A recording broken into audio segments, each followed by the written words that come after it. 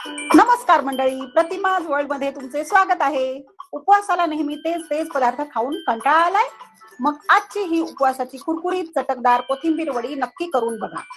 बाहेरून एकदम छान कुरकुरीत आणि आतून मऊसूत मसालेदार, तीही ग्लुटन फ्री. नॉर्मल कोथिंबीर वडी आपण नेहमीच खातो, पण ही एकदा नक्की ट्राय करा. चला तर रेसिपीला सुरुवात करूया. इथे मी 1 वाटी वरी तांदळाचं पीठ घेतलंय. ते नॉर्मली तुम्हाला किराणा माल दुकानात मिळून जातं.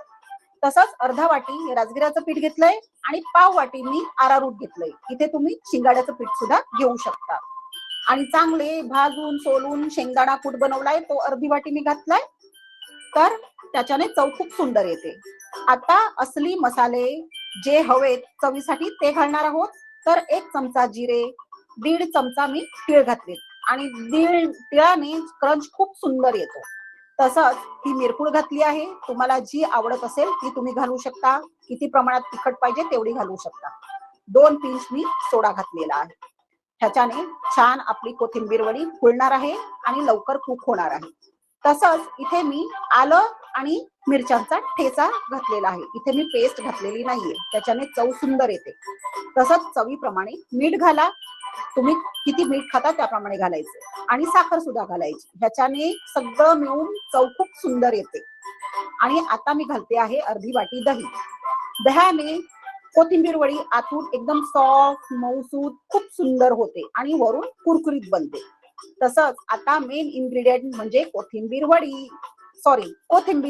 तर वाटी भर कोथिंबीर घाला. चांगली स्वच्छ धुवून बारीक कापून अशी घालायची आणि हे त्याचं मेन इन्ग्रेडियंट आहे. आता चांगलं सगळं मिक्स करा, जेणेकरून सगळे मसाले आणि जे काही आपण सगळं घातलेलं आहे ते चांगलं मिळून येईल. तर अशा प्रकारे मिक्स केलं की त्याच्यात थोडं थोडं पाणी घाला. एकदम जास्त घालू नका, नाहीतर पीठ खूप लूज होणार.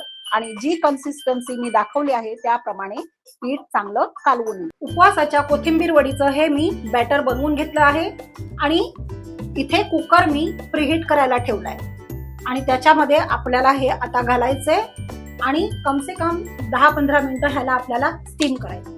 प्रीहीटेड कुकर मध्ये हे बॅटर घालून आपण व्यवस्थित फ्लॅट करून घेऊया हाताने, जेणेकरून सगळीकडून ते इवन होईल. तर अशा प्रकारे तुम्हीही करून घ्या. आणि आता वरून मी 1 बटाटा किसलेला, त्याच्यात थोडी मिरपूड आणि थोडंसं मीठ घालायचं आणि हे सगळं मिक्स करायचं व्यवस्थित आणि ते ह्या कोथिंबीर वडीवर पसरायचं. ह्याच्याने एक छान कुरकुरीतपणा आणि सुंदर टेस्ट येते. जर तुम्हाला वरून घालायचं नसेल तर तुम्ही कोथिंबीर वडीचं जे बॅटर बनवलं आहे त्यात सुद्धा घालू शकता. आणि अशा प्रकारे हाताने त्याला नीट फ्लॅट करून घ्या, जेणेकरून ते सगळं इवन होईल. आता आपल्याला चांगलं 15 मिनिटं त्याला स्टीम करायचंय. तर इथे स्टीम करून झालंय. आता चेक कसं करणार, तर टूथपिक घ्यायची आणि अशी आत पोक करून बघायची. ती स्वच्छ निघाली म्हणजे कोथिंबीर वडी आपली झाली. बघा किती सुंदर फुलली आहे.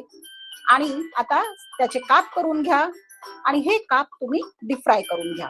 तर अशा प्रकारे सगळे काप आपल्याला 1 बाय 1 बॅच मध्ये डीप फ्राय करून घ्यायचे आहेत, जेणेकरून ते सुंदर कुरकुरीत होतील. बघा किती सुंदर कुरकुरीत दिसते ना, अशीच किती टेम्पटिंग दिसते. तर खाल्ली तर किती मजा येईल. बघा क्रंच, बघा आवाज, बघा त्याचा. बाहेरून एकदम कुरकुरीत आणि अशी कोथिंबीर वडी कोणाला नाही आवडणार. उपवासाला तुम्ही नक्की एकदा बनवून खाच. तुम्हाला खूप आवडणार आहे, खूप मजा येणार आहे.